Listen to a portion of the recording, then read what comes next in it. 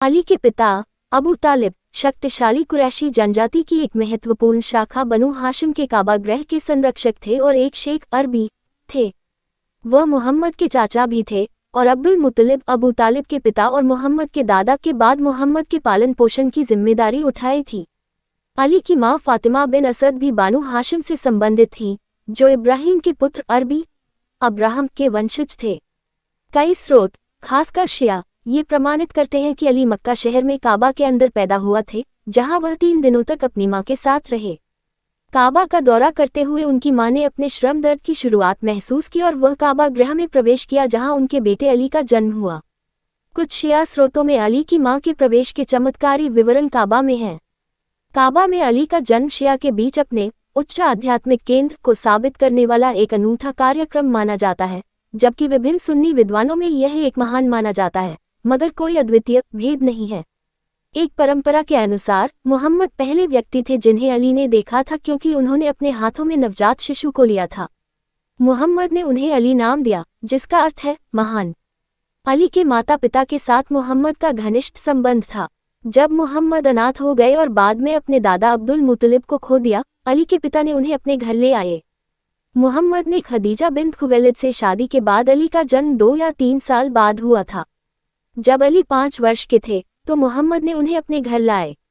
कुछ इतिहासकार कहते हैं कि ऐसा इसलिए था क्योंकि उस समय मक्का में एक अकाल था और अली के पिता का समर्थन करने के लिए एक बड़ा परिवार था। हालांकि अन्य लोग बताते हैं कि अली को उनके पिता पर बोझ नहीं होता था, क्योंकि अली उस समय 5 वर्ष के थे और अकाल के बावजूद अली के पिता, जो वित्तीय रूप से अच्छी तरह से थे, अजनबियों को भोजन देने के लिए जाने जाते थे अगर वे अक्सर भूखे रहते थे। जबकि यह विवादित नहीं है कि मोहम्मद अली उठाए, ये किसी भी वित्तीय तनाव के कारण नहीं था कि अली के पिता जा रहे थे। अली 5 साल की उम्र से मोहम्मद और मोहम्मद की पत्नी खदीजा के साथ रह रहे थे। जब अली 9 वर्ष के थे, मोहम्मद ने खुद को इस्लाम के पैगंबर के रूप में घोषित किया और अली इस्लाम को स्वीकार करने वाले पहले बच्चे बन गए। खदीजा के बाद इस्लाम को स्वीकार करने के बाद वह दूसरा व्यक्ति थे। इस्लाम और मुसलमानों के इतिहास के पुनर्गठन में सईद अली असगर रिजवी के अनुसार अली और कुरान मोहम्मद मुस्तफ़ा और खदीजा तुल कुबरा के घर में जुड़वा के रूप में बड़े हो गए। अली की जिंदगी की दूसरी अवधि 610 में शुरू हुई जब उन्होंने 9 साल की उम्र में इस्लाम घोषित कर दिया और मोहम्मद की हिजरा के साथ 622 में मदीना के साथ समाप्त हो गया। जब मोहम्मद ने बताया कि उन्हें एक दिव्य प्रकाशन प्राप्त हुआ है, तो अली 9 साल की उम्र में उनका विश्वास किया और इस्लाम का दावा किया। अली इस्लाम को गले लगाने वाले पहले पुरुष बने। शिया सिद्धांत ने जोर देकर कहा कि अली के दिव्य मिशन को ध्यान में रखते हुए उन्होंने इस्लाम को किसी भी पूर्व इस्लामी मत का पारंपरिक धर्म संस्कार में भाग लेने से पहले स्वीकार किया, जिसे मुस्लिमों द्वारा बहुवादी शर्करा देखे के रूप में माना जाता है या मूर्ति पूजक। इसलिए शिया अली के बारे में कहते हैं कि उनके चेहरे को सम्मानित किया जाता है, क्योंकि यह मूर्तियों के सामने प्रस्तुतियों से कभी नहीं निकलता था। सुन्नी भी सम्मानित करम अल्लाह वजाहू का उपयोग करते हैं, जिसका अर्थ है उसके चेहरे पर भगवान का अनुग्रह। उनकी स्वीकृति को अक्सर रूपांतरण कहा जाता है, क्योंकि वो कभी मक्का के लोगों की तरह मूर्ति पूजा करने वाला नहीं था। वह इब्राहिम के ढांचे में मूर्तियों को तोड़ने के लिए जाने जाते थे और लोगों से पूछा कि उन्होंने अपनी खुद की कुछ चीज़ों की पूजा क्यों की। अली के दादा बानी हाशिम कबीले के कुछ सदस्यों के साथ इसके आने से पहले हनीफ या एकेश्वरवादी विश्वास प्रणाली के अनुयायी थे। धुल अशीरा का त्योहार संपादित करें। मोहम्मद ने उन्हें सार्वजनिक रूप से आमंत्रित करना शुरू करने से 3 साल पहले लोगों को इस्लाम में गुप्त रूप से आमंत्रित किया था। इस्लाम के चौथे वर्ष में जब मोहम्मद को इस्लाम में आने के लिए अपने करीबी रिश्तेदारों को आमंत्रित करने का आदेश दिया गया था, उन्होंने एक समारोह में बनु हाशिम कबीले को इकट्ठा किया था।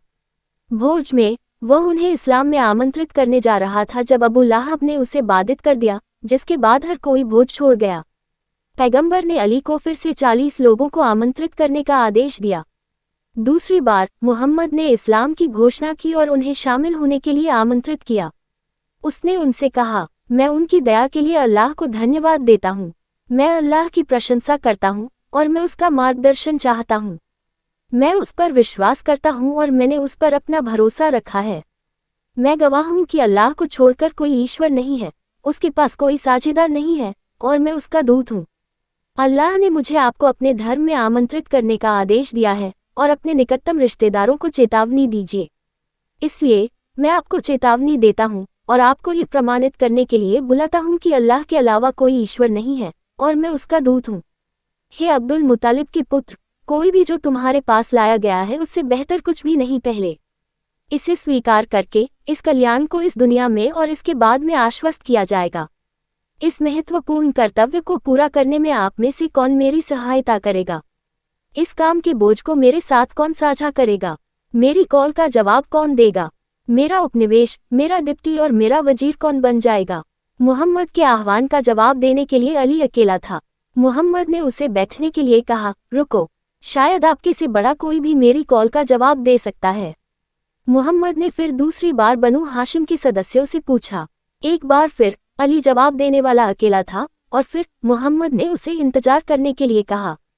मुहम्मद ने फिर तीसरी बार बनु हाशिम के सदस्यों से पूछा। अली अभी भी एकमात्र स्वयंसेवक था।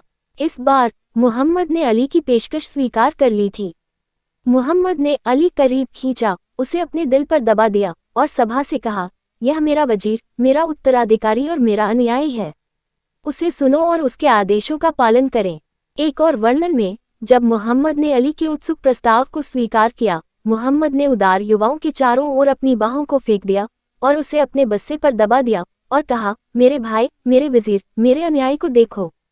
सभी को उसके शब्दों को सुने और उसकी आज्ञा माने। सर रिचर्ड बर्टन ने अपनी 1898 की पुस्तक में भोज के बारे में लिखा, ये मुहम्मद के लिए जीता अबू तालिब के पुत्र अली के व्यक्ति में 1000 साबर के लायक है।